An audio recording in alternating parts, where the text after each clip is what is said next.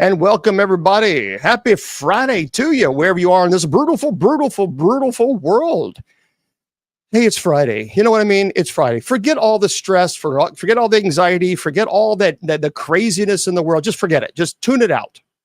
It'll be there, believe me, after the show. It'll be there. Tonight is Paranormal Friday night. And this is a night where we just chill. We just chill. That's all we're doing. Well, thank you very much, Jessica. We're just chilling. That's all we're doing now. So this is tonight, Friday, and Saturday is the only time that we actually talk paranormal. That's it. And then the rest of the week, obviously, the Bible study and night prayer. So we just have a good time on Friday nights and Saturday nights. That is the goal. That's what we're trying to do, trying to get your mind off all the stress and frustrations and all this other crazy. Because I know there's a lot of that going on in the world right now. There is. Just forget about it.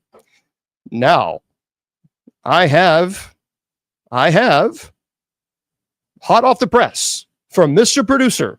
Right before we went on, I have just been informed that the Sacred Division, the radio show that I've been hosting for 23 years, now has official merchandise. Official, and it's pretty good. They did a pretty amazing job. And I'll tell you a little bit more about it. But first, here's what I need you to do. I need you to go to a website. It is our sponsors, KGRAD as in dog, B as in bicycle.com, KGRADB.com. And when you go to that website, it's very simple to do. All you got to do, folks, is click on the shop link.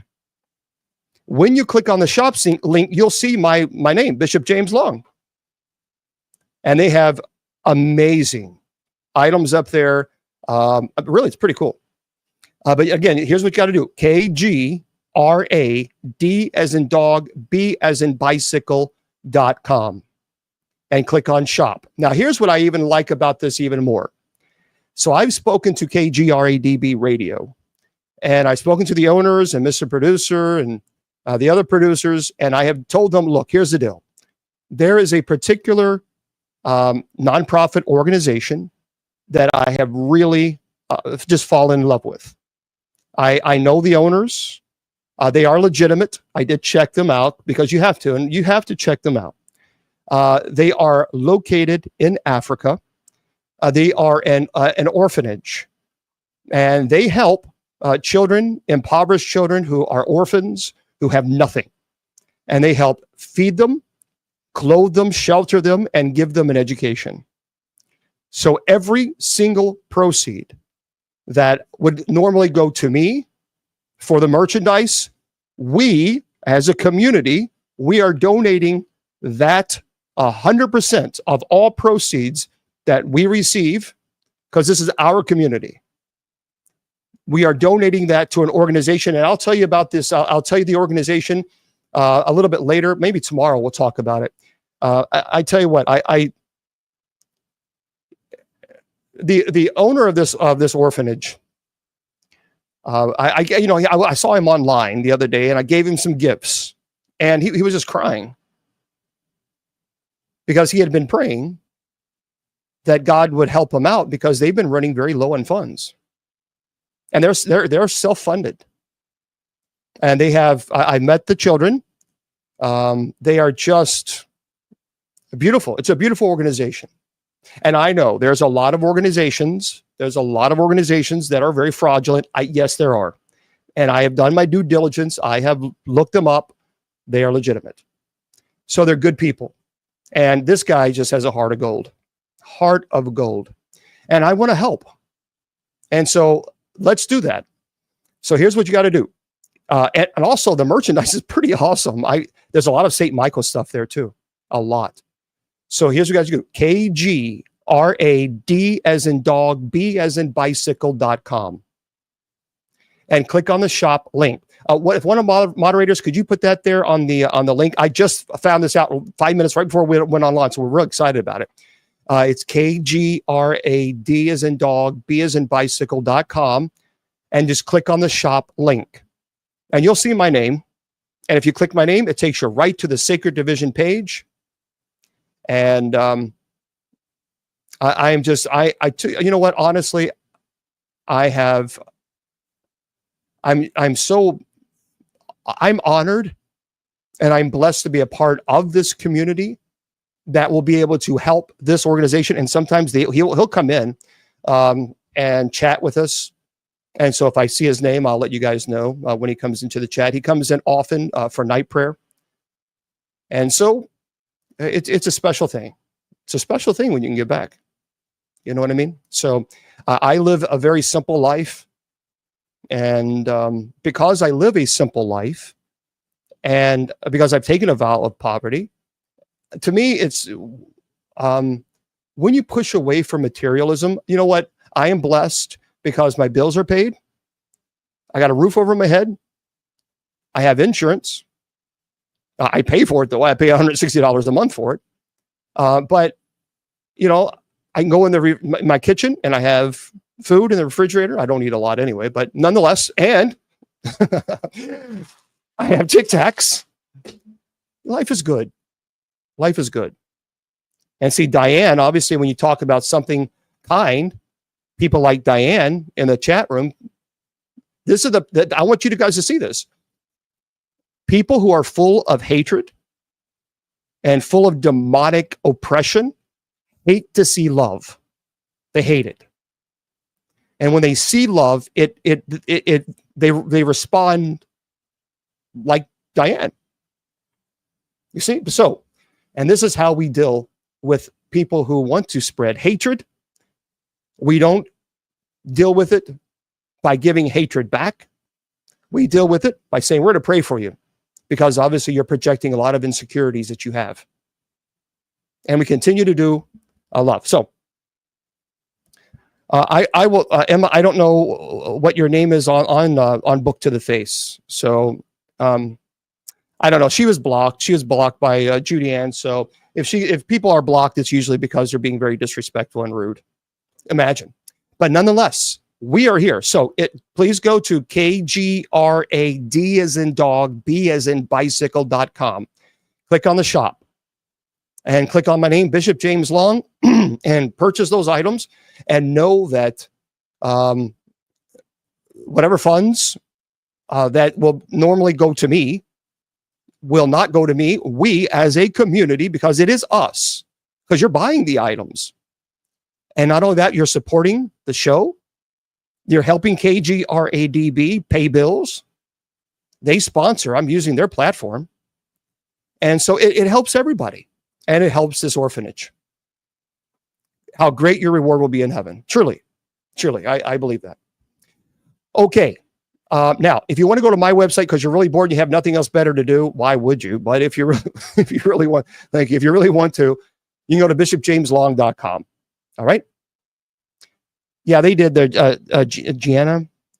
They put it in the chat room. You guys can pin it if you want to, moderators. KGRADB.com and click on shop.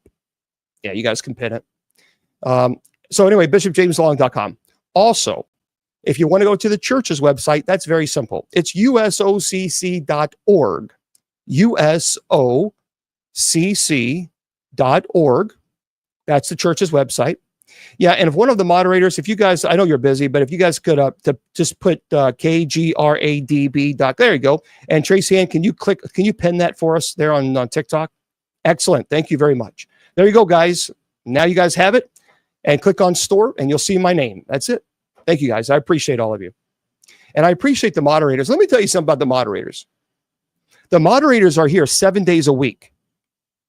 I want everybody to know we're on 7 days a week. There are many content creators that never go on 7 days a week. I know some of them that never go live at all because they say it's exhausting work. They never go live. We're 7 days a week. Every single day we are online. Every day. And they are here faithfully. So, I mean, we have some of I think some of the best moderators that you can possibly get. Honestly, we're a tight group of people. They're also members of the church community, and they recognize this as a ministry. And they deal with a lot of hatred. Right now, we're okay. I'd rather keep the chat on for everybody on TikTok As you all know, I don't really like to put it off because it causes a lot of other problems for me when we go live. So if we can, do me a favor. Let's try to keep TikTok. We're going to try to keep the chat open for everybody. Just be kind. Now, I know that's hard for some people. Just be kind. Okay. Tonight we have night prayer at 10 p.m. Eastern Standard Time. Don't forget. Let me say this something very quickly, and then we're going to go into the show. Okay. I cannot be on 24/7. I appreciate that. But so if you want to join us for night prayer, this is what you need to do. And if you want us to pray for your petition during night prayer, this is what you have to do. If you're on TikTok, go to my profile. I have uploaded a video for today's night prayer that says place your prayer request in the comments before 8 p.m. Eastern Standard Time tonight. And we will pray for your prayer request this evening at 10 p.m. Eastern. You got to put that in the comments. Put your first name in there too. Okay. If you are on all the other social media platforms here, all you have to do is go to usocc.org. It says to become a parishioner, click here. You just push it. And it takes you to our Book to the Face group page. Mr. Producer, we have to say that because TikTok will ban you if you don't. And then Judy Ann always posts every single day, place your prayer petitions in the comments for tonight's night prayer by 8 p.m. Eastern. Remember, guys, you got to make sure you do that. Okay. And then we'll pray for your petitions because we want to pray for them. All righty. Tonight. Let's go. We have been waiting, I think, long enough. We've done a lot of great invitations to go to websites and invitations to night prayer. And tomorrow we're going to be here at 8 p.m. Eastern Standard Time for the Sacred Division Weekend Edition. And of course, Sunday we'll be here Bible study at 8 p.m. Now, tonight we are going to talk to my buddy. His name is Willie Windwalker Gibson. I have known Willie for, oh my gosh, a long time. Gosh, I was asking him. It's been a long time, over 20 years. Yeah, going, I think, 25 years now. So let me introduce our special guest for today's show. Willie Windwalker Gibson comes from Louisville, Kentucky, born on July 7th, 1955. Willie's heritage is a captivating blend of Native American Cherokee, as am I. My grandfather and grandmother were both Cherokee. And also, so he came from Native American Cherokee from his father, Robert, and Irish from his mom, Opal. He was raised with the belief that he was white until the age of 10, and the revelation from his father transformed his sense of identity. Now, in 1965, a mysterious encounter led to Willie experiencing a profound shift, awakening his connection with his Cherokee roots and unlocking a deeper understanding of the world around him. Now, guided by ancestral wisdom, Willie embarked on a transformative journey into the realm of shamanic spirituality, evolving into the revered figure that we know of him as today, Shaman Windwalker. So we're going to delve into Willie's extraordinary experience and wisdom on our show. And again, for those of you who are on TikTok, I will leave chat open for everybody. But if it gets rude and disrespectful, then I'm just going to put sub chat on and we'll fix that problem just like that. So anyway, just be kind. Okay, let's bring Willie Windwalker in. Hello, Willie Windwalker. And how are you doing today, my dear friend? Hey, James, I'm doing fine. How are you and everybody? Well, we're doing well. We're just trying to, push through as we're all kind of doing, aren't we? We're just every single day, we just kind of go forward, don't we?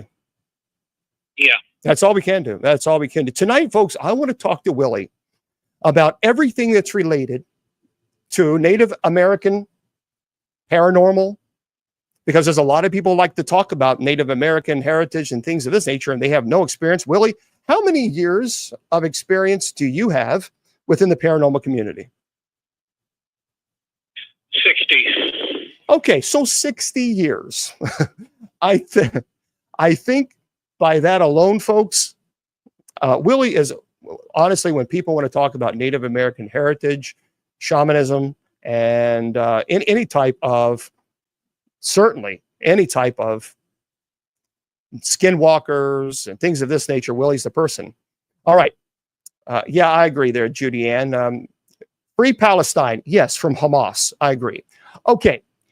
We're going to talk about, first of all, skinwalkers. A lot of people don't know what a skinwalker is. So before we get into it, Willie, let's talk a little bit about how you became a shaman. Tell us about that experience. And are all people, or like for myself, I have Native American heritage within me. So how did you find out that you were a shaman, and how does that work?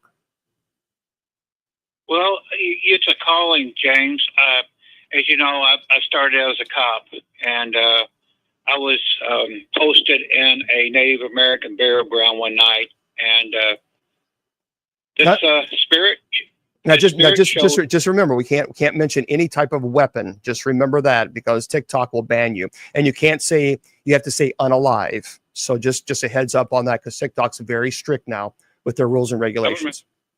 I remember. Okay. Well, anyway, I was sitting in my patrol car one night in a cemetery, and it was raining, and I've seen this figure walk out of the mist, and it was an Indian, and I thought it kind of strange, because I was in the middle of a fairground situation, and this Indian just walked out of the mist, and I got out of the patrol car and challenged the Indian, and the Indian told me that he asked me what my Indian name was, and I told him I didn't have one. He says, from here out, you'll be known as Windwalker, he who walks with the spirits, and you're going to be a medicine man. He called me a medicine man. Okay. Mm-hmm. I just looked at him, and then he disappeared. And I didn't think any more about it. Of course, I'm not going to radio in and say, "Hey, I saw a ghost." You don't do that when you're a cop. And I just didn't say anything more about it, because I had been able to see and hear spirits since I was 10 years old. So it wasn't a big shock to me to see a spirit show up. So I didn't think anything of it. And then the next night he showed up again about the same time, and then we started a conversation, and he kept telling me that what my path would be, and I kept telling him no, but he kept after me, and finally something inside of me said, I'd better listen to this, the spirit. And sure enough, little things started happening to me, more energy and stuff like that started coming to me.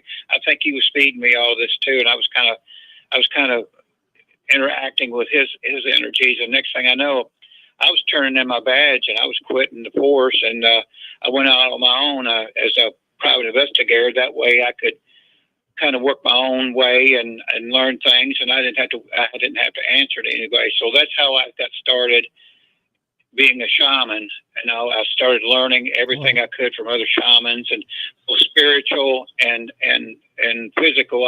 I had male shamans and female shamans teach me what to do, and by the time 5-6 years went down the road, I came out in 1988 when I met my wife, and she understood who I was, and we started working together in the paranormal world, and that's how I got started to being shaman, and learning different things, and learning different techniques, and learning about the occult, and learning about the paranormal, and learning about spiritual stuff, both Native American and otherwise. So Anne Marie's asking a good question. Was the Native American spirit that you talked to, was that spirit also a shaman? Yes. Okay, very cool. All right. Now we're going to talk about skinwalkers. For those of you, there's a lot of information about skinwalkers, and I think a lot of misinformation about skinwalkers. So for those of you who are unaware, skinwalkers in the Navajo are considered powerful witches with the ability to shapeshift into animals and other humans, allegedly. They're often associated with malevolent magic or curses, dark rituals. Would you say that is correct, Willie, or is there something a bit more about skinwalkers that the general public doesn't know? That's about it, James. I've had a few cases involving skinwalkers, and what I want to get across to people out there, especially paranormal investigators. Don't go looking for something like that. If you run across a case that you think is a skinwalker, don't try to do anything about it. What you need to do is turn around and walk away as fast as you can. Run if you can, because there's no way you're going to take on something like that.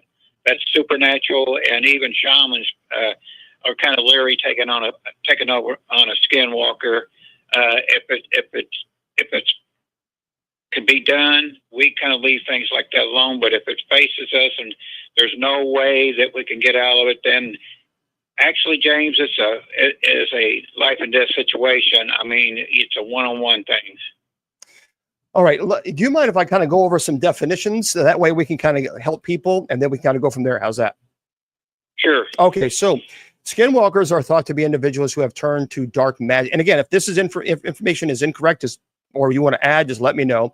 Through dark magic, through ritualistic acts, they're usually perceived as evil. They're featured in by Navajo communities. They can transform allegedly into animals like wolves, coyotes, foxes, birds. They're believed to wear animal skins, use supernatural powers, or deceive and harm.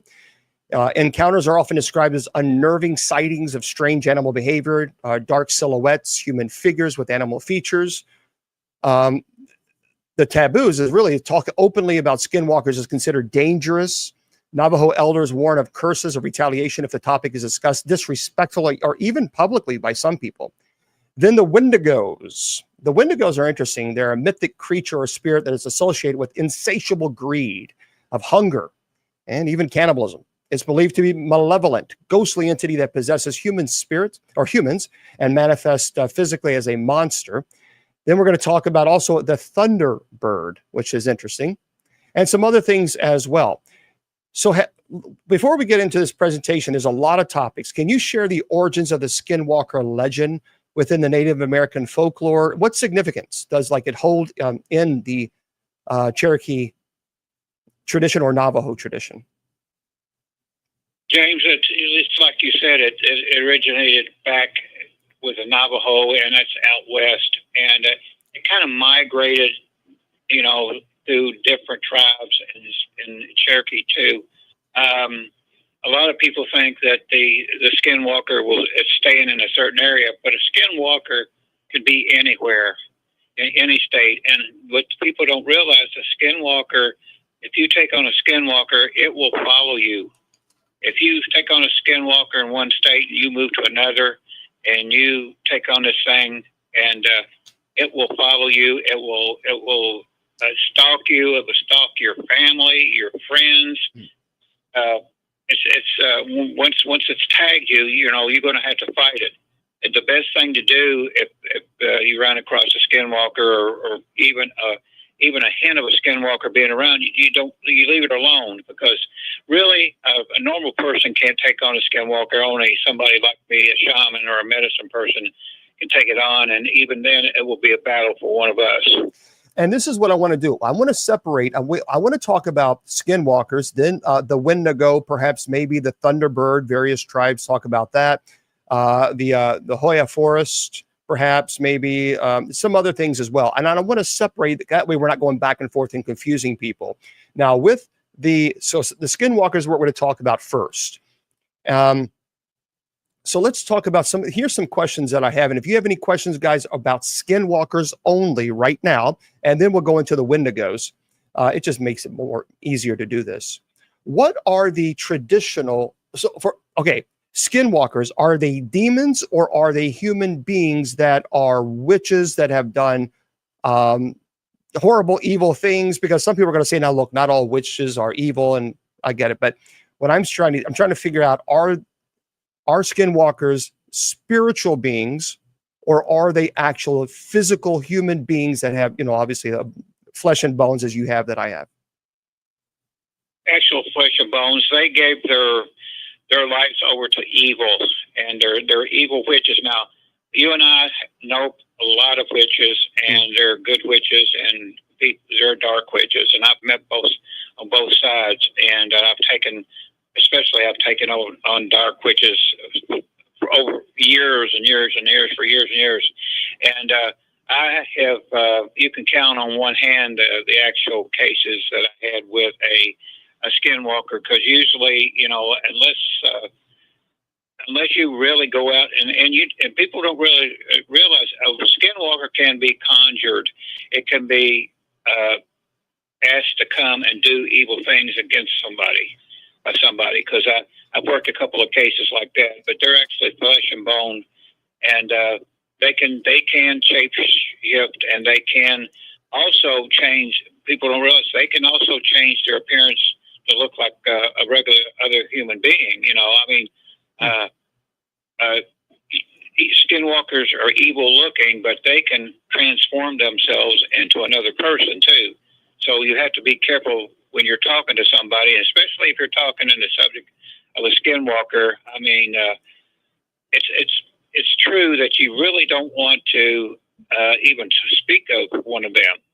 I can talk to other Native American people, and they don't want to, even to a shaman, they don't want to talk about it. So it's a regular flesh and bone person, and that has the ability to shapeshift into like a wolf or any other or any kind of cat or anything like that, or even a bird. They can shapeshift. But yeah, they can also be human. Okay. Too. For those of you just joining us, I'm Bishop Long. We're talking to our friend Willie Windwalker Gibson, who is a shaman.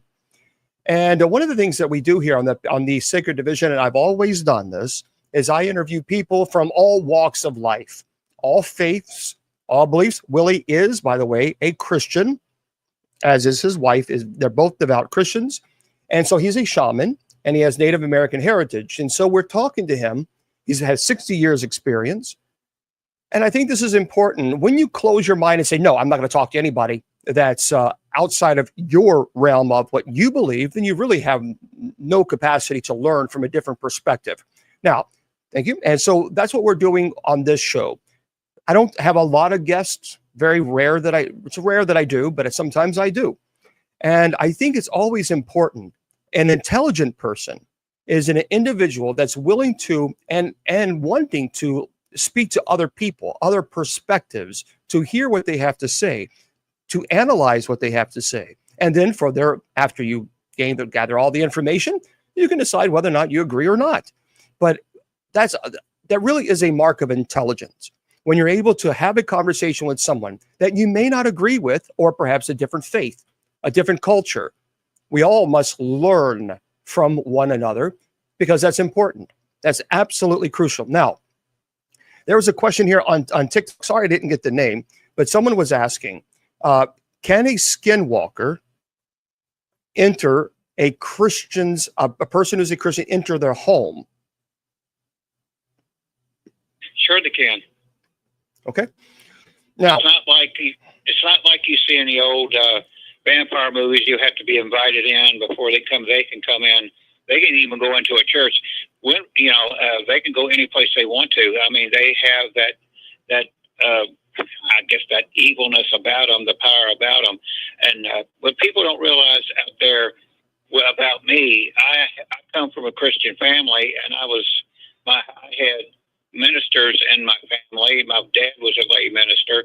I'm an ordained Pentecostal minister. So, I've got the best of both worlds, because I've learned to use what I've had. I can do the Native American way, or I can do the Christian way. And I've had to use them both combined when doing cases too. All right. And fair enough. So the question then, can you describe what are the rituals or precautions that a shaman uses to ward off or protect against skinwalkers? Well, James, like when you do exorcisms, or certain things you do that you keep to yourself, the shamans are the same way. They don't like to tell people what they do when they have to ward off a skinwalker, or even go even further. As we talked about that being on TikTok, when shamans sometimes have to go out and destroy evil, and shamans will not tell you what we have to do that. Just like you don't talk about exorcism. I don't mean to be. No, that's fair. You got to be careful when we talk about this. So let's talk about. So again, folks, we're going to talk about skinwalkers first, and then wendigos. So, what are some of the most terrifying encounters that you have heard or even experienced as a shaman that's related to skinwalkers? A couple years back, a friend of ours contacted us. I won't tell their names, but I don't know. They might have told you the story. Contacted me and told me that this family had contacted them, and they were having trouble with what they thought was a skinwalker. They had also brought in a paranormal team, and the paranormal team investigated it. And evidently, they got so scared that they were scared off the case. They didn't go back because these people lived on like a rural area, and they had a farm and barn and all that kind of stuff. And they were having problems with some sort of creature coming out and messing with their livestock and things. So they figured it was just a regular person thing, like a wolf or a coyote or something like that, or a bear. And it was messing around with their livestock, and to come to find out, they ran up against what they thought was a skinwalker. So they contacted a friend of ours, and they contacted me and told me that what was going on. So I told them, I conveyed the message to tell those people to leave the area for a while until I figured out how I'm going to do this, because this case was all the way across country, and I'm just like you, James. When I get a case, sometimes I can't get there because of financial. Yeah. And I have to try to find another practitioner to go out and check it out. And from what I was told, they were dealing with a skinwalker, and evidently they must have made somebody mad and conjured up this thing to come and cause them problems. So I was giving counsel to the person that asked me for help, and they were going back to the family and telling them what to do. Basically, I told them to get away from there, move if they have to. I mean, just leave everything, because if it was a skinwalker, there's no way they can take it up, and they can fight it. They wanted to, they would have lost. So I started. They did what I told them to. They left the area, and as soon as that happened, this was, I forget where this was. This was like in, I don't know, somewhere in Ohio or something like that. As soon as I did that, I got a phone call. I started getting phone calls from that area and hang-ups, and I would get like heavy breathing and things like that. And it was a warning for me to get off the case and not say anything more about it. Well, I did. I just stopped, and I told the person I was working with, we need to back off and let this ride for a while. So several weeks went by, and I get a call from the person I was helping, and they said that the family was missing. They were gone. They had left everything. They had left their belongings, their clothes, all the things. The only thing was, gone was their vehicle, and they nobody knew where they were at. So evidently they either took my advice or something awful happened that we don't know about. So that was one case that I was doing from here, trying to go against this creature, which I think sent me a warning to back off before it came looking for me. So the question, would you define a skinwalker as a demon that takes on a human apparition or body, or would you say that it is a human being that is evil, that has the ability through whatever demonic influence to basically shapeshift, if you will, into whatever desire that they wish to cause havoc? I think, James, personally, I think it's a demonic entity that's taken over a certain person that was evil, and they were in the dark arts, and they just wanted to become. A lot of people out there don't realize if skinwalkers want to be skinwalkers. They want the power. They want to be able to shapeshift. They want to be able to do the evil stuff. They want the power. Judy-Ann, I'd rather not have sub chat. I sent a message there. It just, if we can, I'd rather not. So, guys on TikTok, if you can't be polite, I don't want to put sub chat on, but I will. I'd rather not.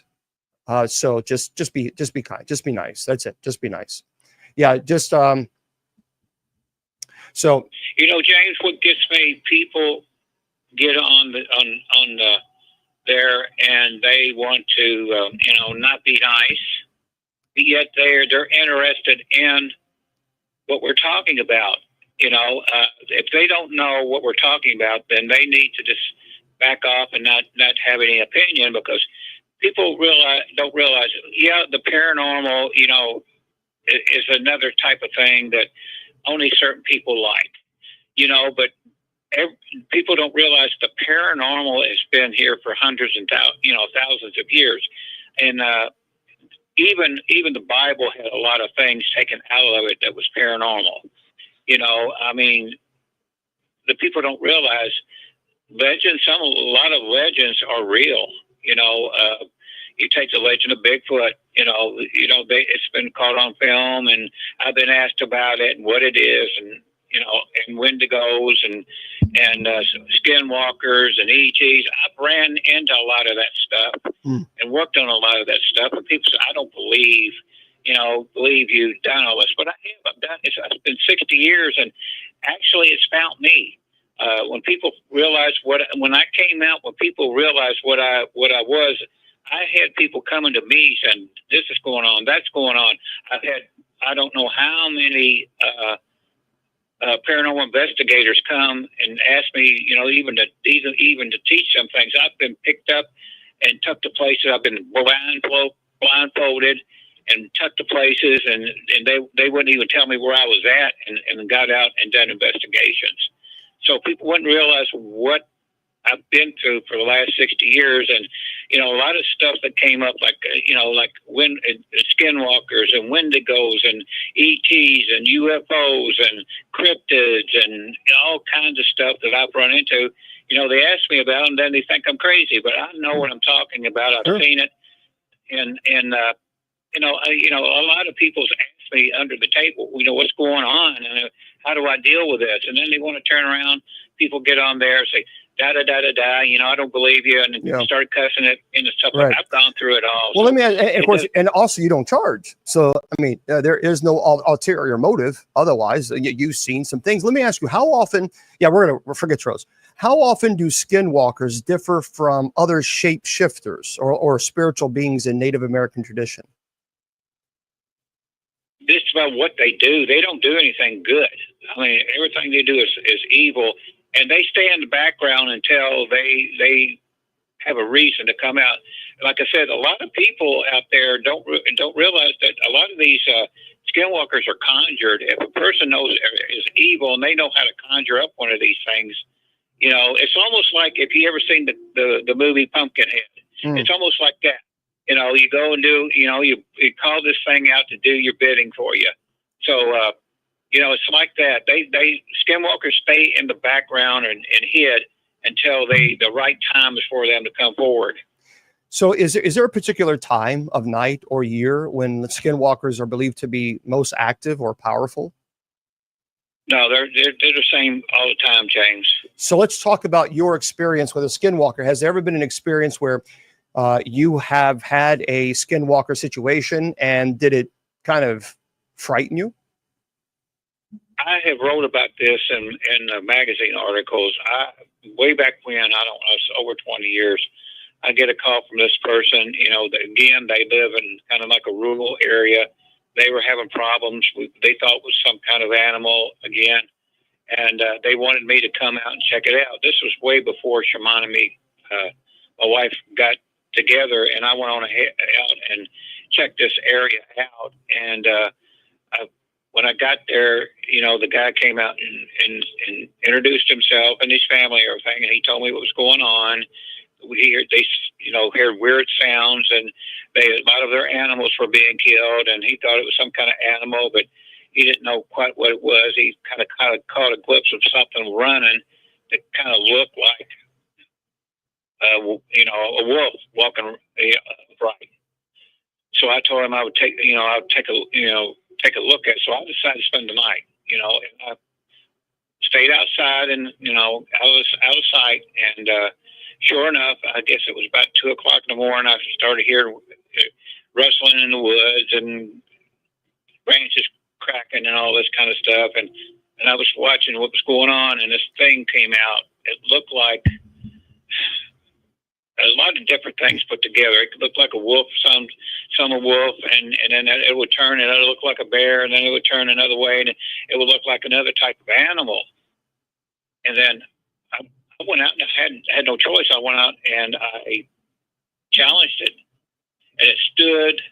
James, probably, I know, like if I was where my house is, right across the street from my house, it would probably be maybe 100 feet. And it just looked at me, and I could see the red eyes in this thing. I stood there, and I'm saying to myself, now, how am I going to do? What am I going to do?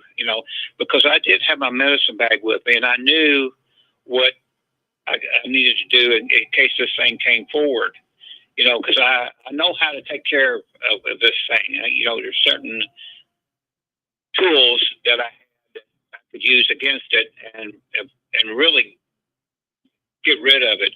And it knew, I challenged it, and I told him who I was and who I was, and it could feel my energy. I could see that.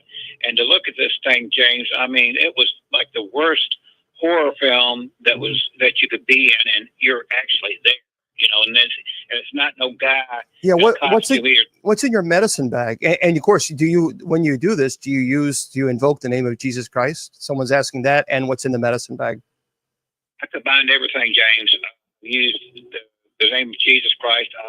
I had religious things that had been blessed, and I had, of course, I had a certain type of weapon, which I'm not going to tell what it is. I had another type of powder that I'm not going to tell what it is, and it knew I had it. It could feel it, and I told it, if you want to exist, you'll go away from here and never come back.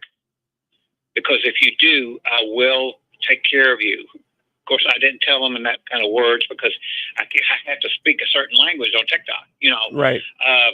But I was telling things that was very stern. And it looked at me, and it just kind of growled a little bit, and it kind of backed up. If you can imagine, if you saw a werewolf movie, the worst werewolf movie you ever saw, put a werewolf and a bear and another type of animal together with horns and stuff like that. That's what you had. That's what it looked like to me. So it backed up, and when it did, it realized, that area was under a shaman's protection, or medicine man's protection. So after it left, I knew it was going to come back, but there's some things I did. So I went and I put a barrier up around the area with some sacred salt, blessed salt, and I had other types of things that I went and buried in the yard, and then, like I said, I made a barrier around that, and I went on the side and told the people that they weren't going to have any more problems.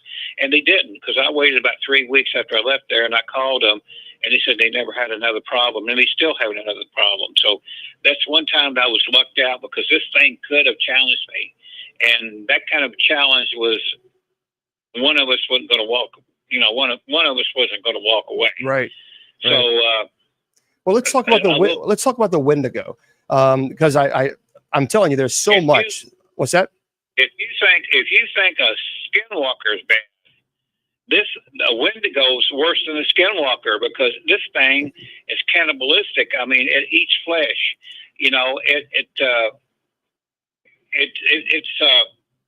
It was created too by evil. Okay. It's kind of along the lines of a skinwalker, but it's even worse, because the way the legend goes, Wendigo will actually eat their own family, and they live off of human flesh, and they have really strong evil power about them. Again, I was called out on a case about a Wendigo, and it's along the same lines of what I just said. They want to stay. They don't want to really come in town and do all this stuff. They want to hurt people on ranches and farms and things like that, and in the forest and all that. Well, real quick, the descriptions of the Wendigo are often depicted as tall, emaciated, glowing eyes, sharp claws, unnaturally elongated face. Many people say that it's said to breathe cold air and embodies greed, starvation, the destructive nature of excess. Sightings include ghostly apparitions, cold spots, hearing unnerving whispers in snowy forest. Some claim to have seen large humanoid figures or strange creatures lurking in the woods. There are some people that believe that the tall man that many people talk about is a Wendigo. And Native legends emphasize that the Wendigo is a cautionary tale about selfishness and moral corruption. But there are many people who absolutely believe that they do exist. So let's talk about the Wendigos, if you don't mind. Let's get into that conversation because there's so much. I mean, we could go 5 hours just on the skinwalkers alone. But let's talk about Wendigos. So how can one identify a Wendigo from like a regular animal or a human or even a skinwalker? This thing it looks like a bunch of different creatures put together, James. And you talk about smell. If anybody has ever smelled decomp, which being a cop, I've done it. I've actually worked in a morgue, and I know the smell when I smell it. You could tell when this thing is coming. And like I said, this thing, I knew it was there.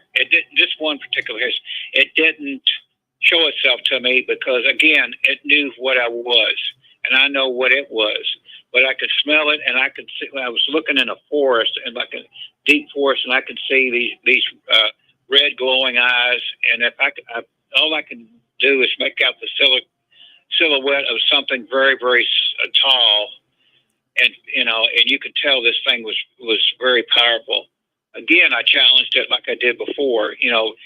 Shamans have to challenge things like that to let whatever that thing, the evilness or the creature, whatever, to let them know they're willing to take them on, and they're willing to not exist anymore. Are they willing to not exist anymore? That's what they have to worry about. Do I want to exist, or do I want to leave this guy alone? And a lot of times, I've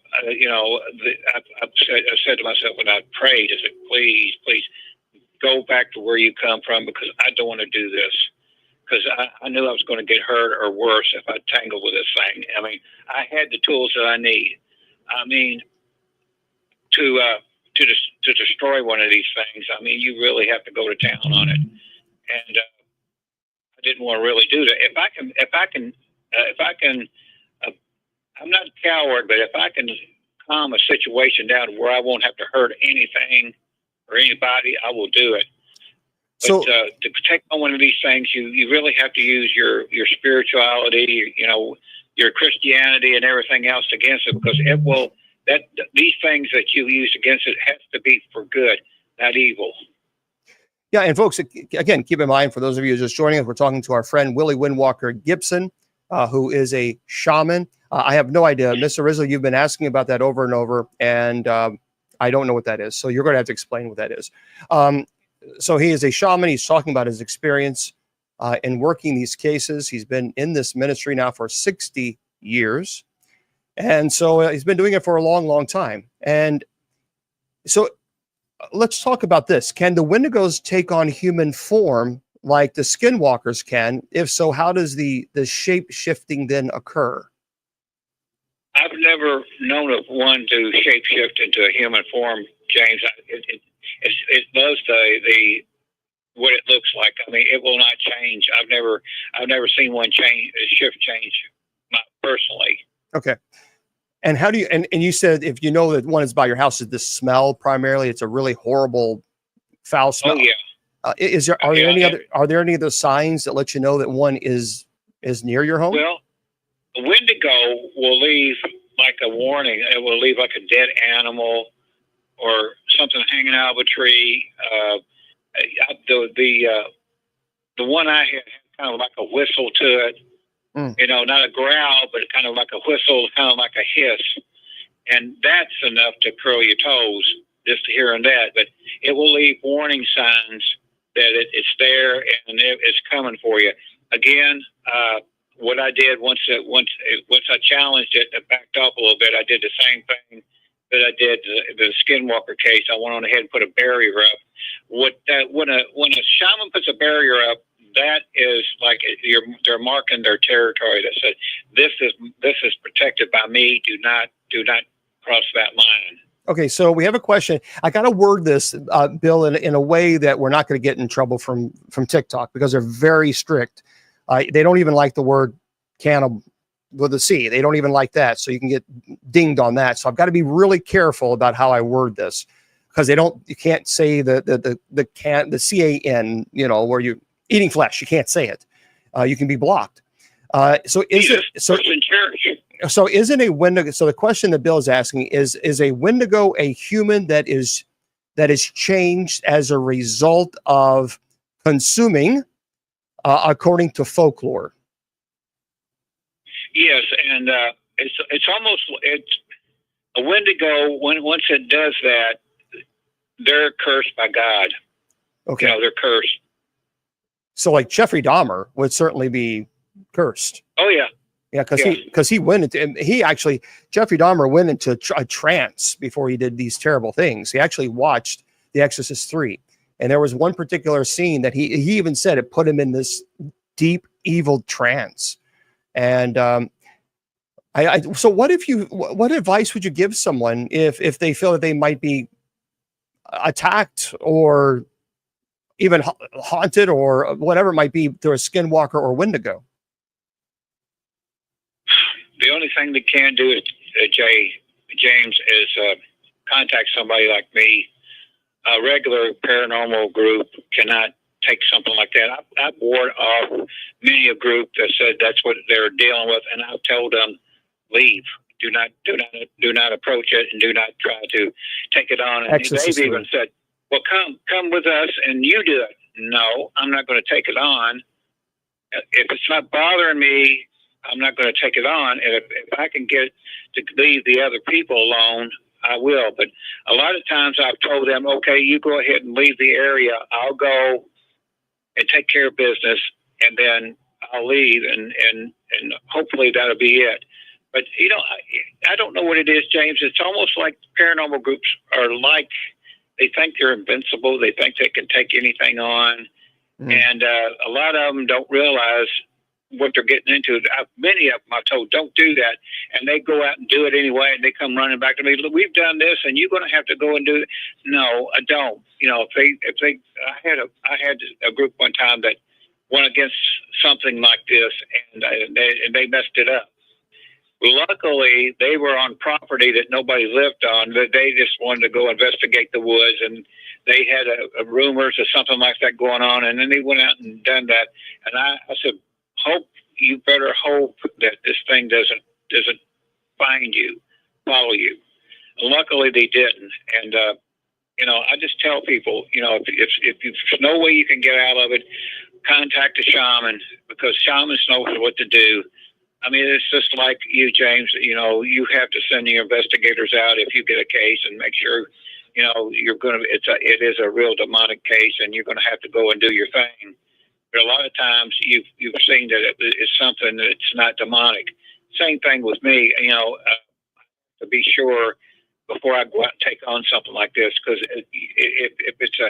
if you get in a battle with one of these things, only one is going to walk away. Has there ever been a case where you have dealt with either a Wendigo or a skinwalker, and that you thought, okay, this is too much? They're all too much. But once I'm there, I have to do it. I got to show it that I'm willing to take it on. Once a shaman takes a case like that, and any shaman will tell you, they'll go out and do it, even if it means not coming back. But a shaman will not back off once they decide to take on something like this. And you've got to. And sure, it knows what you are, and you know what it is. Right, but has there been a case where you were maybe physically, where it attacked you? No, I didn't let it get that close. And you felt its presence? Yeah. So, I mean, I could see it, but it wouldn't go any closer to a certain point because it knew who I was and what I could do if it came any closer, and I would have. so I how would did, have. I wouldn't have no choice.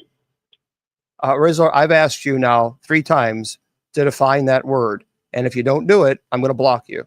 So I'll ask the question, but I've asked you 3 times to explain what that room, what that room is that you're referring to. That's the last time I'm going to address that. So what protection or rituals do Native Americans, do shamans deal with when you're dealing with, let's say a demonic versus a wendigo versus a skinwalker, or is it the same? It's all the same. It's all the same ritual, James.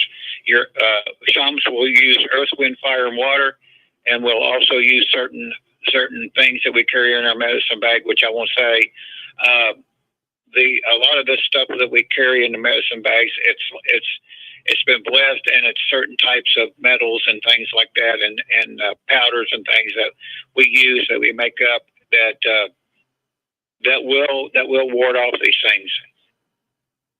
Okay. Are there any sacred places or sites, or let's say states, that are more known for skinwalker or wendigo activity?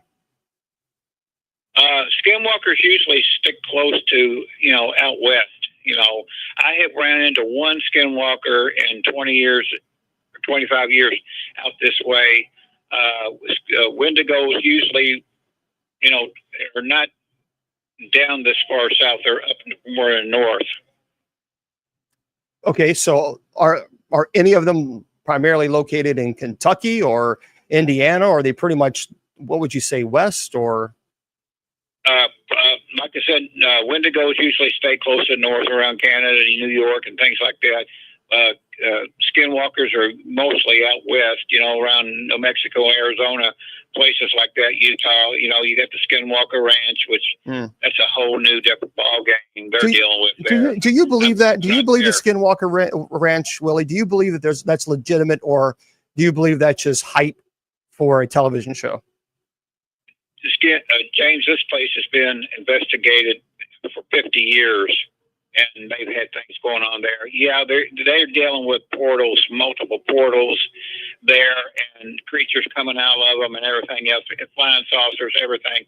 They got those portals there, and the energy, what they're dealing with now is a huge energy portal. I do believe that there's underneath the mesa, there's probably a crashed, some kind of a crash ship there they're dealing with. So, yeah, I think they're really running into that thing. But for TV, they made it, instead of keeping it a secret.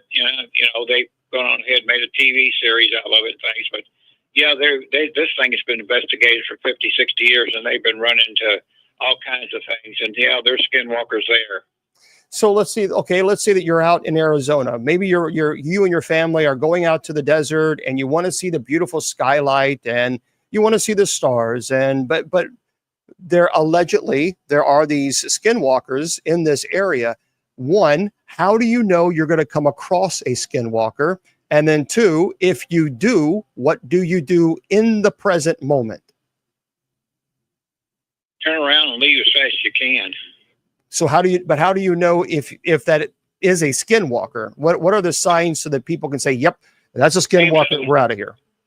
What I believe I've known this happen. They will keep away from people unless you just accidentally run onto one. If they see unless you challenge it, it'll go the other way. But if you think there's a skinwalker out there, and it's in the area, and I would just turn around and leave. As long as you don't challenge it, it will leave you alone. And the same thing for a wendigo then. What if you are in an area where you're just outside with your family or your friends, and you're wanting to look up at the sky, and you smell this horrible smell that you're referring to? And how would they know it's a wendigo? they unless they challenge it, James, it will stay out. Unless it's been challenged, it will leave you alone. Just if you feel it, you can feel the evilness in the air with the smell. Get in your car and leave and go the other way. Don't go looking and say, I want to see what this thing looks like. You don't want to do that. All right. So if you're out and your body is telling you something is not right, it's time to get in the car. It's time to get out of here. Then you don't question it. You just go. You just go. Now, New Orleans we all know New Orleans is a place where there's all kinds of things running around in Nolans and Louisiana, allegedly. Do you believe there are skinwalkers and wendigos there? Do you believe that there are some people believe in vampires? Do you believe vampirism is a form of a wendigo or a skinwalker, or no? No. Those two things are totally two different things, and I haven't heard anything about skinwalkers or wendigos being that far, into New Orleans and things like that. As far as the occult in New Orleans, they stick mainly to voodoo and things of that nature, and vampires. We've talked about that too, you and me. And that's basically what they're into in that area. And so, you've never been there? Never been there. I haven't even been asked there on occasion. If I was in my situation now, I couldn't go anyway. But I would love to go and just look around. Sure. Just the history alone. Now, how much do you know? There's a lot of talk about the Badlands. Wendigo skinwalkers allegedly exist people see that, they see these creatures in the Badlands. And again, wendigos are malevolent spirits from the Algonquin folklore, believed to possess humans. We talked about what they do. Skinwalkers are shape-shifting witches or witch doctors from the Navajo tradition. They have the ability to transform to animals known to inhabit remote, isolated areas. So a lot of people speak about the Badlands. Do you know much about the Badlands?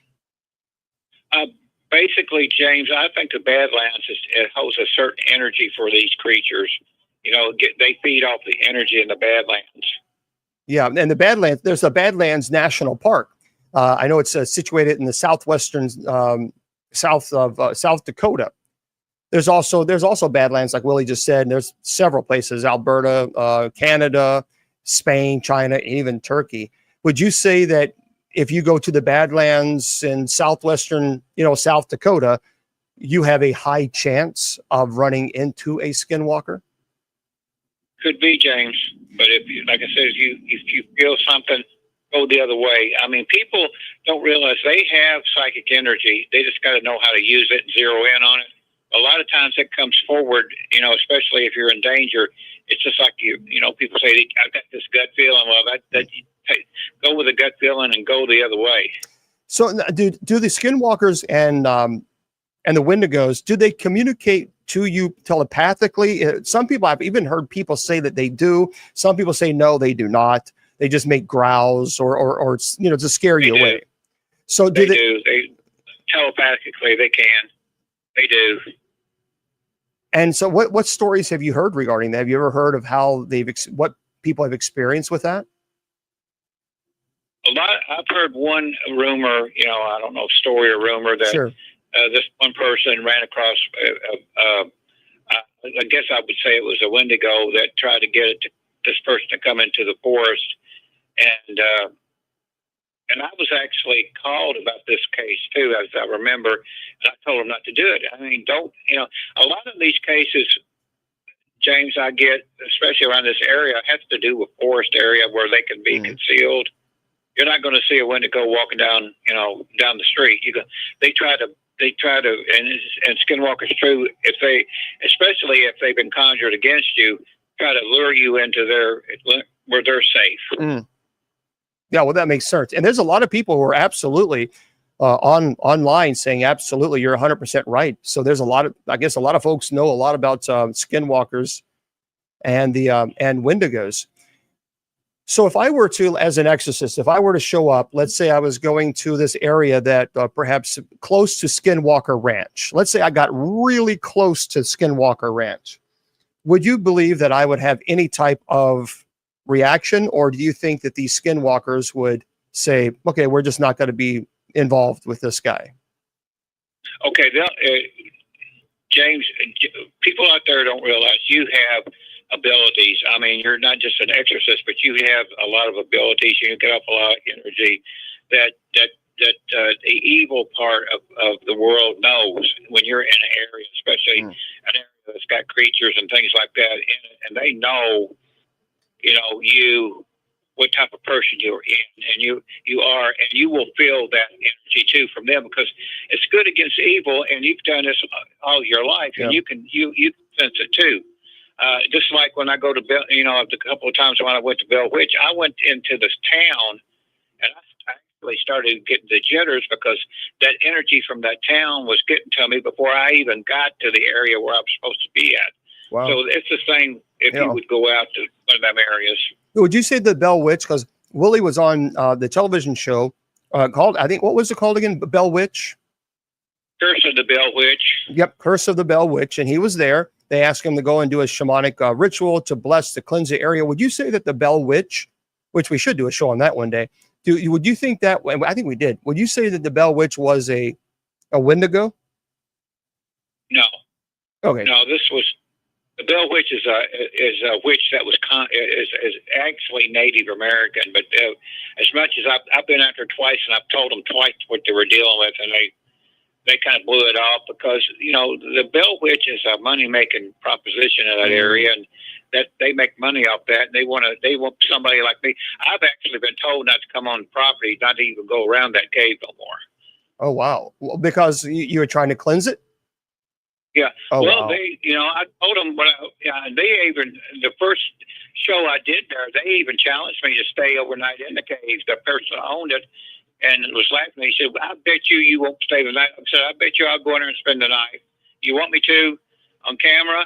And he kind of changed his little attitude. He said, no, because he knew I could go in there and spend the night and nothing would happen to me. But I've told everybody this is Native American based. What's going on there?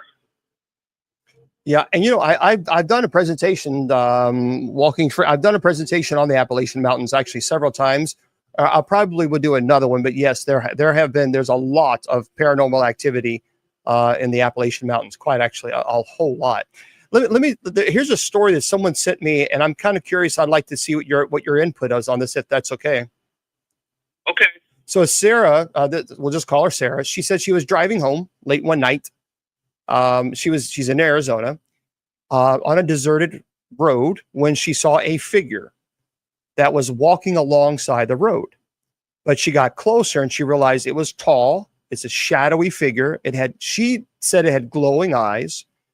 And the figure suddenly turned to look at her with, she described it, a very twisted, freakish is what she said, smile, and felt a sense of dread that just completely came over her. She drove away very, very fast. And as she took off, she looked in her rearview mirror and it was completely gone. Would that be a skinwalker? It sounded more like a Wendigo. Oh, that's pretty. That's another one. There's another. I got several stories. I'd be curious to what you think. Jack was camping in the woods, and he said he had a couple friends. They heard strange noises outside their tent. They originally thought it was perhaps maybe a bear, but they peeked out to see a figure, a tall figure that was lurking in the shadows, watching them with unnaturally bright eyes. They ignored it, and Jack woke up in the middle of the night to find what he believed was the skinwalker standing actually over him in its inhuman face, inches from his own. He said it was like sleep paralysis. His other friends were completely knocked out because they were in other tents, but he could not move. He had sleep paralysis episodes. But then he said when he came out of the sleep paralysis episode, it was still there. It did not go away until he screamed for his friends to come in. And when they unzipped the thing, it went away. That sounded more like a skinwalker. It's interesting that these skinwalkers, I mean, that would be, yeah, that's a good question. Doppelgangers, a lot of people talk about doppelgangers. Do you think that could be a form of a skinwalker? I don't think a doppelganger is. I think a doppelganger is more or less a spiritual, ghostly type of thing. Because I've had people come to me and said, "Look, I saw you such and such a place." I said, I haven't been there. He said, "That was you." There's no denying it. I've never been there, so I know I've had a doppelganger out there that looks like me. So, and then we'll do one more story. Alex, he said he was driving through the desert and his car overheated. And that will happen when you're in the desert. And he was in the middle of nowhere. And he said it was getting pretty late at night. And he got out of the car, got, the hood and checked the engine, and it was just overheating. So he was trying to get some water. But as he was going to his trunk to get water, he felt a presence that was watching him from the darkness. That was just about maybe 10 feet away from his car. He looked up. He swears he saw a figure. It was standing right next to like a cactus. Its form was, he said it was like shifting. And it was like a black shadowy shift. That's what he kept saying. And he knew that he was being watched. He believed by a skinwalker. He said the eyes were a very bright. He described it red. But it was like a wavy. It's that's the way he described this black shadowy figure. And he clearly saw the eyes. And that bothered him. It's bothered him for years, and he doesn't know what that was. It probably was a skinwalker. These things really, when you're talking about skinwalkers, these are really evil, malevolent beings that want to cause a lot of harm, not only physically, but intellectually, yeah? Yeah, well, unless, like I said, James, unless you challenge it and you can get away from it, that's a good thing, but don't try to actually, like him, he probably got in the car and drove up, if he challenged that thing, which you don't really want to challenge anything like that, just get away from it as far as you can. Here's a question that I absolutely want to know from you. Have you ever had a case where people used either a Ouija board or whatever it might be to try to connect with a skinwalker or a wendigo? I've had people do this with demons. I don't know why they do it, but have you ever had a case where someone used one of these devices to try to connect with one of these creatures? I haven't had a case like that. You've never had that? No, never had that. Demons are another thing. I've had quite a few cases like that. Yeah. And quite a few accidental cases like that. So it's interesting. So the demons you have, but the skinwalkers and the wendigos you haven't. It seems like the people who come across these skinwalkers or wendigos, it seems like the cases that you've described, they've come by them accidentally. Yeah, a lot of people don't realize that when these things show up, especially a skinwalker, they're usually conjured by something like a ritual or something like that. Now, you said about a Ouija board. I've never seen a Ouija board used, but that don't mean they can't be conjured by other means. Okay, yeah, because if a wendigo is actually a spirit, an evil spirit, who knows? And let's do one more case, and then I'll let you go. Do you have any more cases that you can share that you worked either with a skinwalker or a wendigo? And how did you remedy the situation? That's about it, James. Like I said, I've had maybe 5 or 6 cases, and usually, they were, I wouldn't say minor. I was lucky that I didn't actually have to go full throttle into this thing. Yeah, no question about it. Well, Willie, we thank you very much for your willingness to jump on and chat with us for this a little over an hour and talk about your experience as a shaman, as a Christian, as clergy. 60 years of experience is a long, long, long time.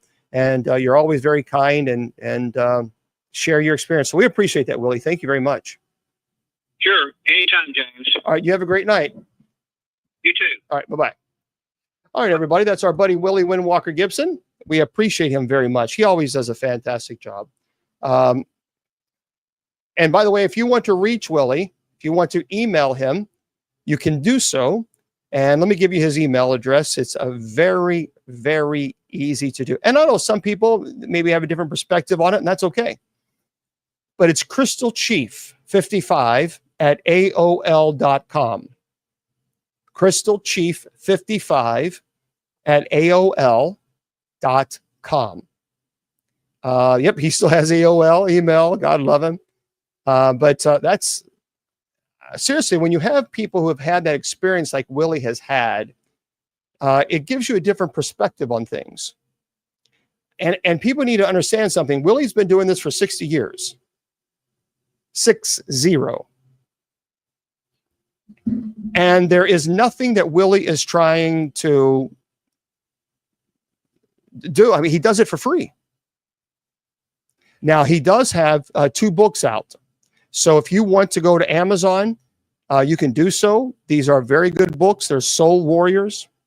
You can just type in Willie Windwalker Gibson and pick up it. His books are really, well, he has one book right now on the Shaman Windwalker. And that's a very good book. I actually have it. It's called the Shaman Windwalker. He used to have Soul Warriors, but I guess it's not on Amazon. But you can just type in Willie Windwalker Gibson on Amazon, and you can pick up his book, The Shaman Windwalker. Good book. Talks about his life, his experience, what he's experienced. He really has experienced a lot. Yeah, the AOL address, sure. It is, let me grab it, Crystal Chief 55. There it is on the screen. For those of you who are on other social media platforms, it's Crystal Chief 55 at AOL.com. I have, yeah, the dolls of the Skinwalker, yeah. Oh, Judy Ann, you bought the Skinwalker? That's great. Yeah, I own it. I read it. It's actually a very good book. And again, this is when the trolls are gonna troll. They're gonna say whatever they're gonna. By the way, I think for the trolls out there, I think we need to do this, don't we? You know what I'm gonna do, don't you? You know what I'm gonna do. I think we need to introduce them to their very own troll song. So for those of you who are trolls, I would like to introduce you to your very own troll song that our community made for you because you're so desperate for attention. So allow me, if you would, trolls, to play this beautiful song just for you, since you need the attention.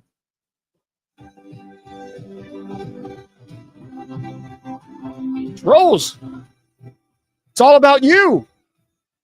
Love.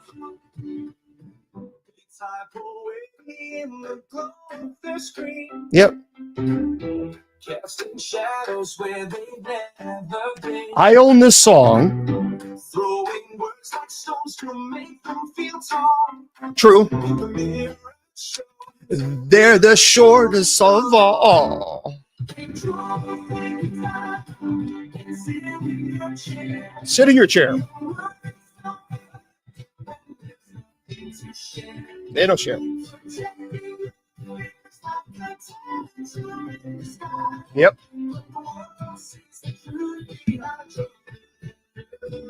Sing along.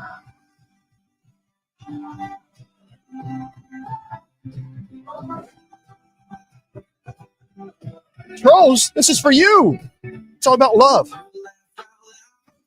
Joke is on you. True story. Nothing to do. Spitting venom like it's your only art, but the poison only lives in your. Sing along, trolls.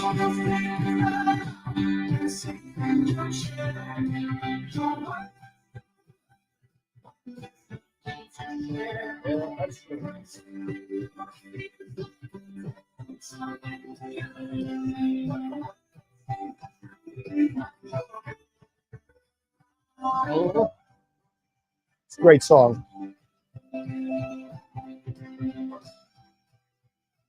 Come on, trolls. No candy for you. That's right.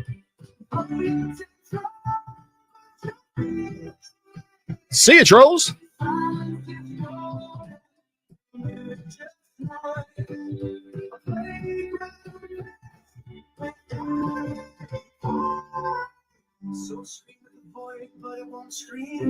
That's a true statement. Every word you throw just shows what you like. Yep. Grow up a little bit Yeah, fade out of sight would be good. Patrol in the dark. Can't feel the They don't like this. The trolls don't like it. Oh. So.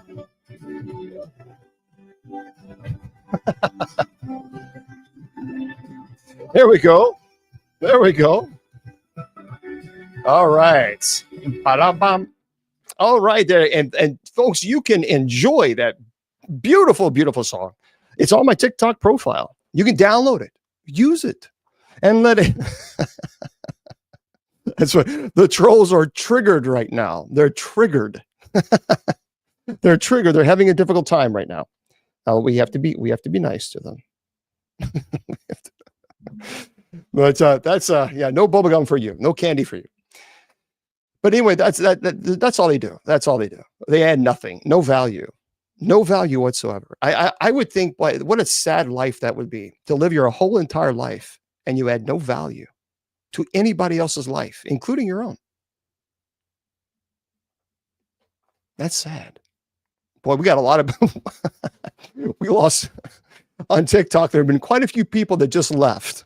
I just want to point that out. There were quite a few people that just left when I played that song. So I think we hurt their feelings. Let's take a moment. Let's take a moment and show our sympathy for the. I can't do it. I can't do it. I'd be lying. I can't do it. I can't do it. I'm not even gonna pretend. No, I'm not even gonna pretend. All right. So yeah, or this. That's really all we hear. That's all we hear. Or of course, as Jesse bought me the beautiful goat. Yeah, that's the best.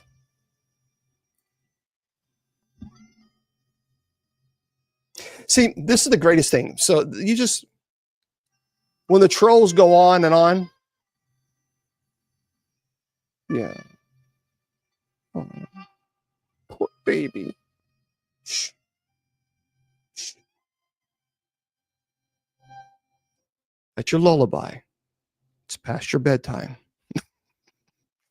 Nonetheless, this is how you deal with trolls, my friend. That's how you deal with trolls. Very, very simple. You just look at them and pat them on the head and say, okay, now you got your attention. Go to sleep. It's past your bedtime. All right, let's talk about some paranormal topics. We got a lot to talk about today. Yeah, you got to enjoy it. You got to enjoy it. I tell you what, this is that's right. That's right.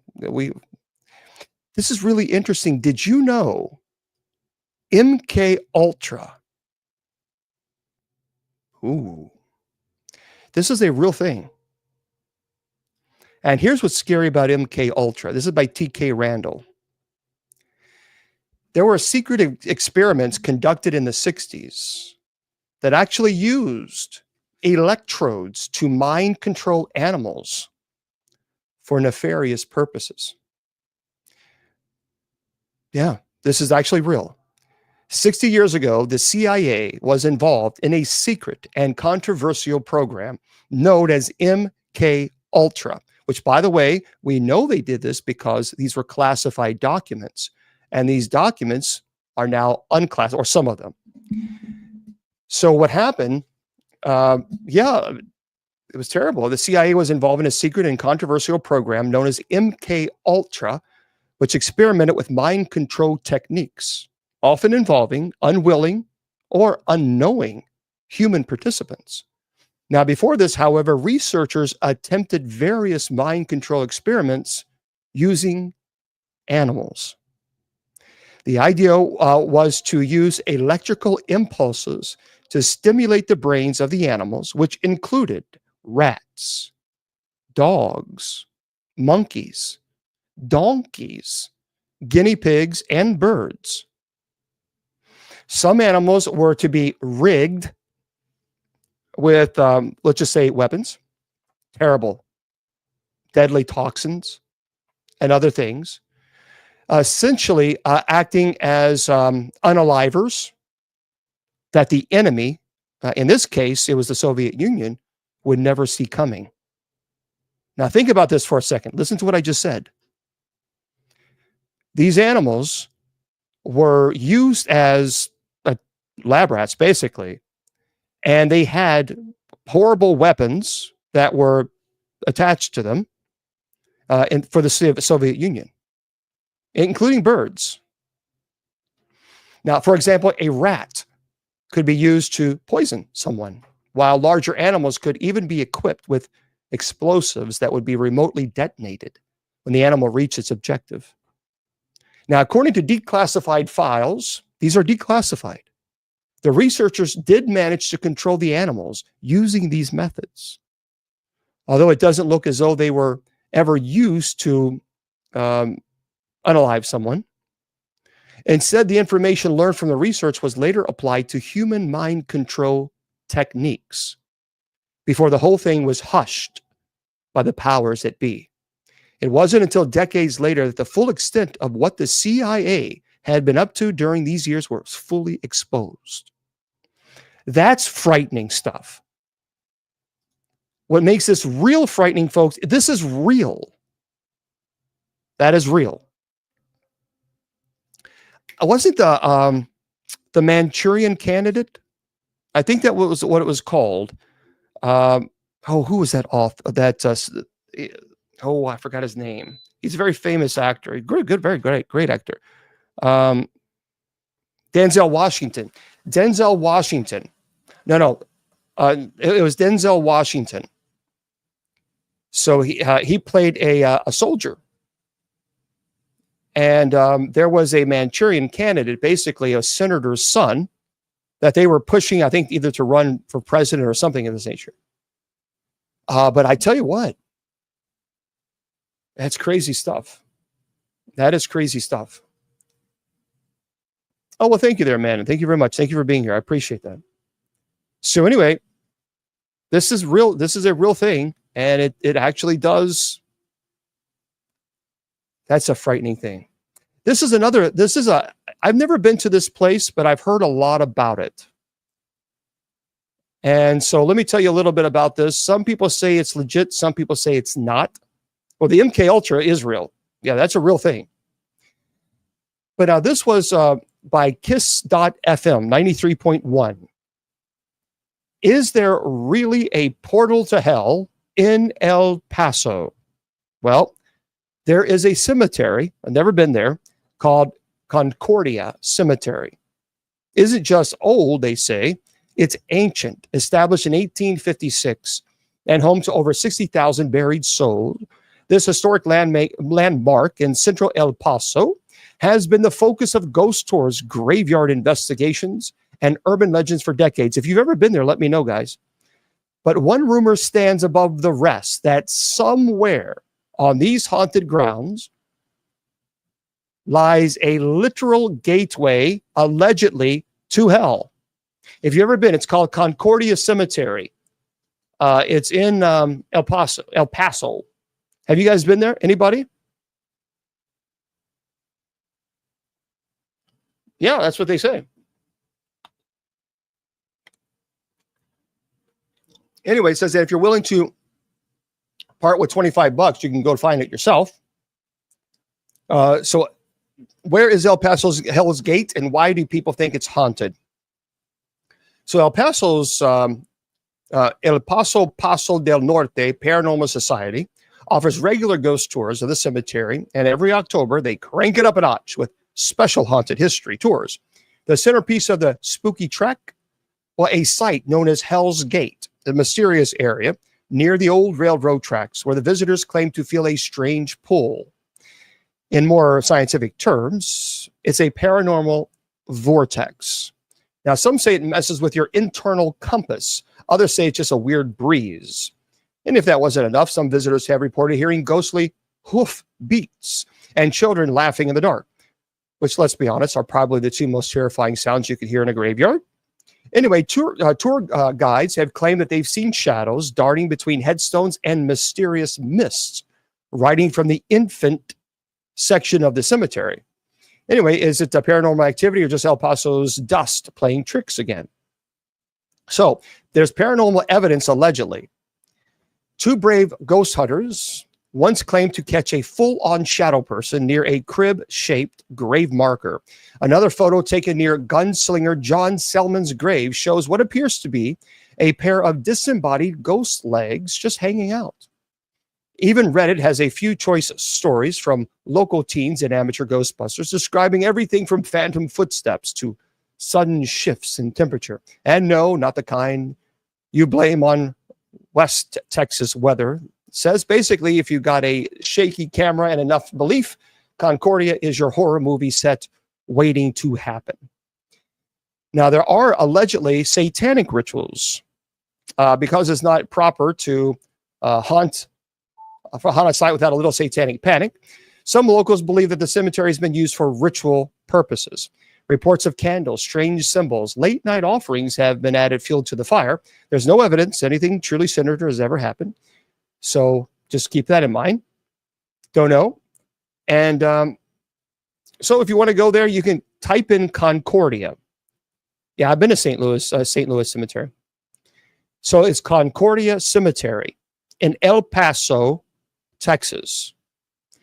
Now, I would say this. I don't know anything about this place, but I have talked often about the Gates of Hell Cemetery in Kentucky, which I'm the one who named it the Gates of Hell Cemetery 25 years ago. Nobody in the paranormal community knew the Gates of Hell even existed.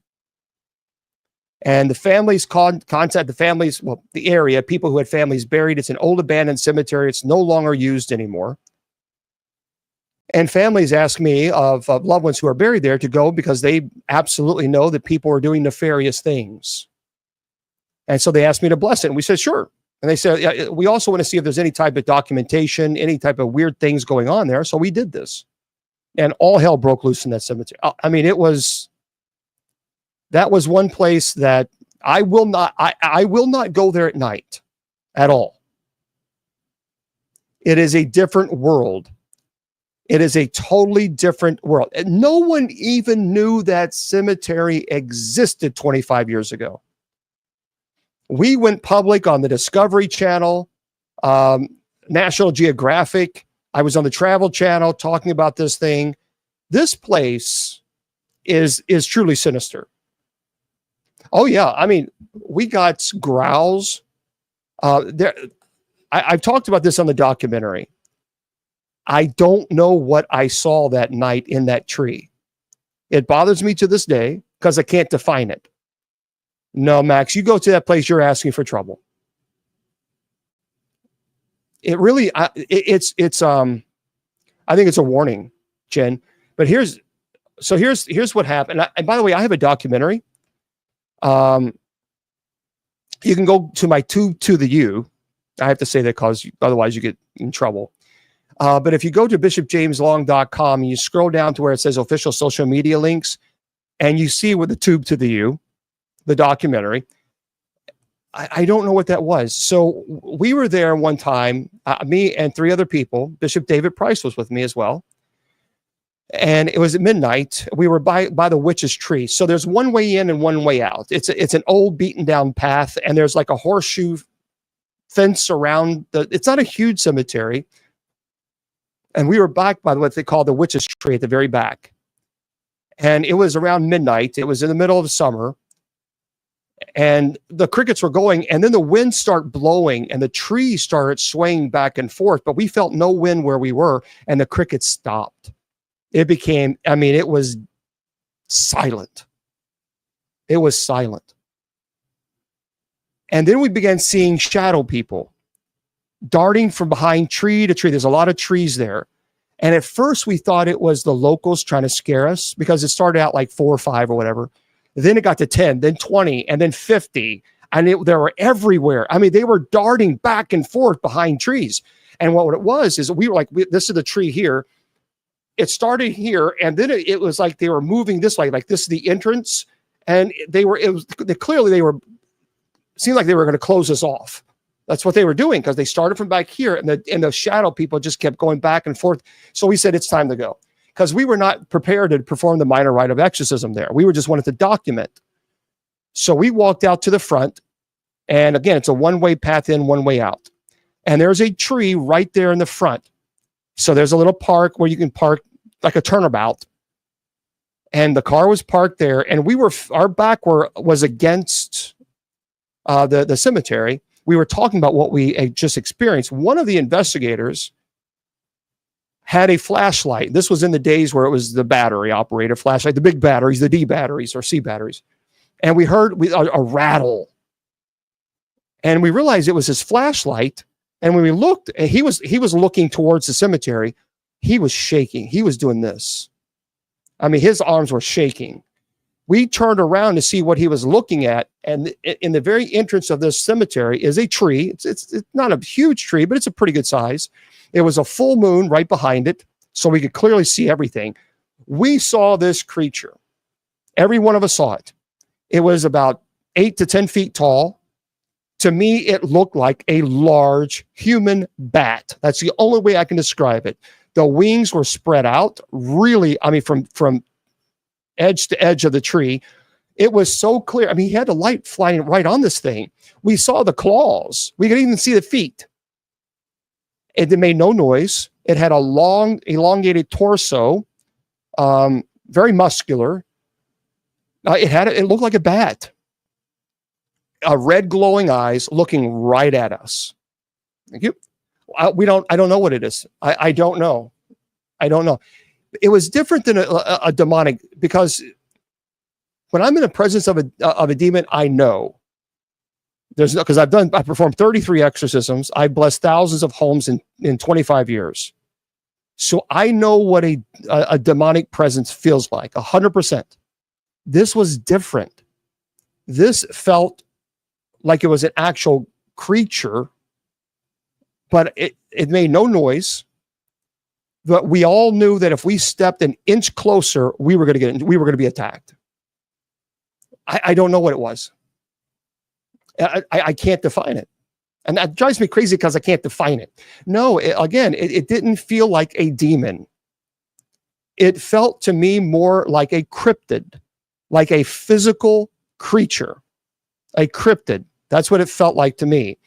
It was like, it wasn't a demonic feel to it. You know the difference between a demonic feel and that. That was a demonic feel. Vampire, I don't know.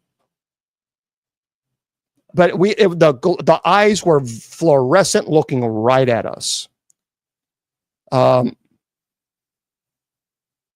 Yes, I believe in ghosts, absolutely. So I don't know what it was, but it was a cryptid. There's no question about that. No question. And perhaps it was Mothman. What bothers me is that I can't define it. And so when I came home, I got my little dog out, Kylie. At that time she needed to go, do her business outside. So I took her outside in the front, and outside there's a street and there's a big field right in front of my house. And so I took Kylie out there, and she was doing her business, and I heard this growl. Now, I've heard growls before. Thank you, Sheena. I've heard growls before. This growl was very different. It felt like it came from it was demonic. It felt like it was, again, from some type of creature. It was so deep and powerful. I've said this before. It felt like I put a speaker on my back and someone turned the bass up, and when it growled, I could feel the growl in the chambers of my chest. I have never experienced that in my entire life. Kylie stopped. She heard it. I grabbed Kylie and said, "You're done." Because I don't know what that was. I don't know what that, I don't know. I would love to know what I would know. I didn't smell it. No sulfur. We didn't smell any type of, when we saw the thing, there was no smell to it. There was nothing. But again, we knew that if we walked if you can go on, I have a documentary. It's on Tube to the U. You can watch it. I don't know. I think that for me, when I can't define something, it drives me crazy. Maybe I just need to just let it go and admit to the fact that it's just simple. You know, it could be Mothman. I don't know. So, but it didn't. As far as sleeping that night, it wasn't not so much scary as it was I couldn't figure it out. When I can't figure something out, that bothered my brain goes in overload because I want to be able to define it and explain it. I can't define what that was. Oh, I could see the eyes. We could all see the eyes. No, we didn't have a video on that night. All three. Bishop David Price was there with us. There were 4 people, and we all saw it. And we were like, okay, get in the car now. Don't go any. Every one of us knew if you step foot closer, that was it. That was it. And the cemetery. So, yeah. Yeah. Oh, yeah. That's another one, Jax. Thanks for reminding me. So I went there one time with my buddy Steve-O. We went to the seminary together, and we decided to go to the cemetery, Gates of Hell Cemetery, to do an investigation. And we were talking. We were on the expressway, and I was going like 65, 70 miles per hour. 70 miles was the speed limit. And we were going down the road. We were talking about what we experienced, and it was late. And as Steve said something, and I turned right next to him, and I was answering something. He was looking at me, and we had that look because we both saw in our peripheral vision. A little boy. He looked like he was like in the 1890s clothing, but he was just a little. It was a little boy, and he had his arm on the armrest and just doing like this and just listening to the conversation. And obviously that startled me because I wasn't expecting a child to be in the back seat, and we almost crashed into the side of the expressway. And that the expressway at that time had all like brick wall or rock, I guess I should say. So I slammed on the emergency lane, and we both saw this thing. So this place, I tell you guys, if you've ever seen the movie Silent Hill, if you've ever seen the movie Silent Hill or played the game Silent Hill, that's the Gates of Hell Cemetery. I've been scratched before, Bon. During the day, it's one place you can. During the day, you can tolerate it, but you know that there's something not there. I'm sorry, you know that there's something lurking. But at night, no. At night, you go there at night. You are absolutely 100%. You're going to experience something, and you should stay away from that place. I will not go there at night. I won't, unless the family really wants me to go back. It's a bad place. So I got scratched once when I was at the Bobby Mackey's episode on Ghost Adventures. I did 3 episodes with him at Bobby Mackey's. Now, the Gates of Hell Cemetery makes Bobby Mackey's looks like Disney World.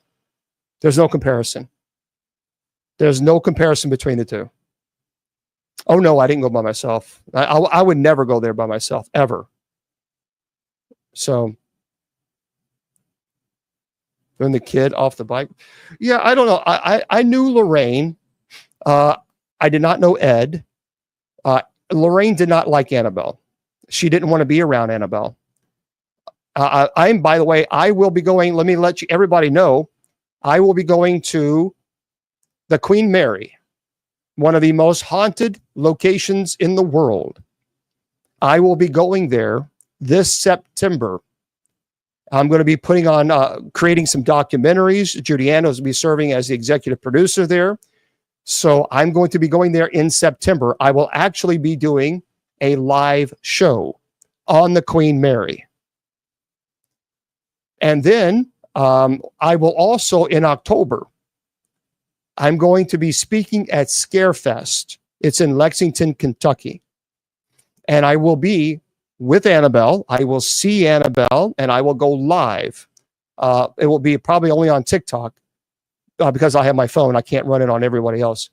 But it will be at the Scarefest. So, anyway, comment rule wise on what? On what? Yeah, you have to protect yourself. Absolutely. Yeah, that's September is going to be the Queen Mary, and I will be doing a live show on the Queen Mary for everybody. I will be on the ship for all social media platforms. Yeah, CERN is a serious thing.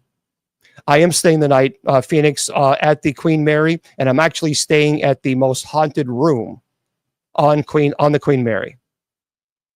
So I will be there doing a show. That will be in September. It'll be in the middle of September. I'll let you guys know about that. And October is Scarefest, where I will be at Annabelle. Annabelle, by the way, that's in Los Angeles, Ancient Words.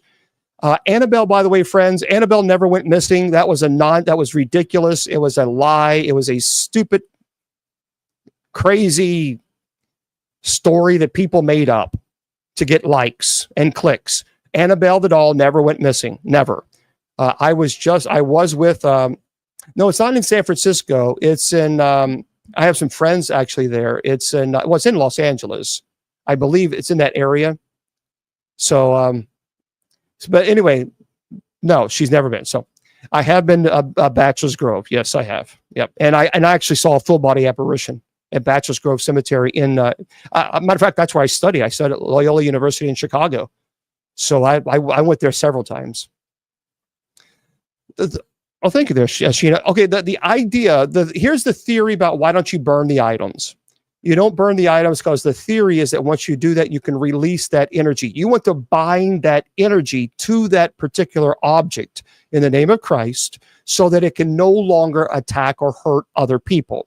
I have a massive collection of items that I have collected in 25 years as an exorcist, where people, bring these terrible things in their homes and then all hell breaks loose. As a matter of fact, it was just recently I did a presentation on that right here. And I showed several items. And I do this, the reason is I collect these things is because when I go around and I teach about them, when you see it, then it becomes real. It is tangible. You can see it. It is there. People get the point. Stay away from I have a storage facility. Stay away from these items. Stop collecting these items that are allegedly have a demonic attachment. There is nothing good that comes with this. Friends, listen to me carefully. I have not. No. You do not know. If you go on, let's say, auction sites that allegedly has items that have demonic attachments, you don't know what you're getting. You have no idea. You don't know what that person did to that item prior to you buying it. I have had cases where people did purchase these items because they wanted a haunted item. And they found out that, well, actually, one person purposely purposely bought it when a voodoo priestess said that they purposely put a demonic to attach an item. And they bought it. People bought it. Why would they do this? But people are buying this on social media. And, there's stories about, there's horrible things happen, and people are buying these things up. You have no idea the history of these items. None. And then they take them to their home, and then terrible things happen, and then they call me and they want me to fix it. Well, I can't necessarily get to everybody's home. So, no, I'm not, Gene. So you just got to stay away from that. Stay away from these items. They're no good, and people keep buying them. Just stop. Just leave them alone. Leave them alone. That's the best way. That's the best advice. Leave them alone. Nothing good will come from them. Okay, for those of you who are listening to this on podcast, I'm going to say good night to you guys. So this this presentation is on podcast. Of course, it's also, we do, user. That's what I just said. That's why we don't burn them. We bind them. And that's what I just mentioned. And that's why I have these items. And as an exorcist, I teach people about don't mess with them, leave them alone. And what I'm going to do is I'm going to fix this real quick. Okay, very good. All right, so TikTok, stay with me for just a moment. We're going to say goodnight to our other friends. We're going to be here tomorrow at 8 p.m. Eastern Standard Time. There are a lot of articles I did not get to. So we're going to be here at 8 p.m. Thank you very much, Michelle. At 8 p.m. tomorrow.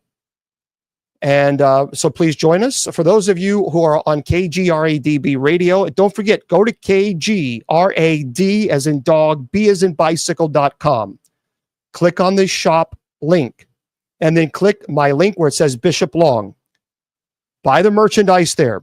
Whatever merchandise, whatever sales that we get that will go to me, we are donating that to an orphanage that is in Africa that desperately needs funding because they're self-funded. So please consider doing that. And for those of you who are on KGRADB radio and all other social media platforms, remember I tell you, your value does not decrease based on a troll's inability or refusal to see your worth. You're priceless, and don't let them tell you or convince you otherwise. Good night.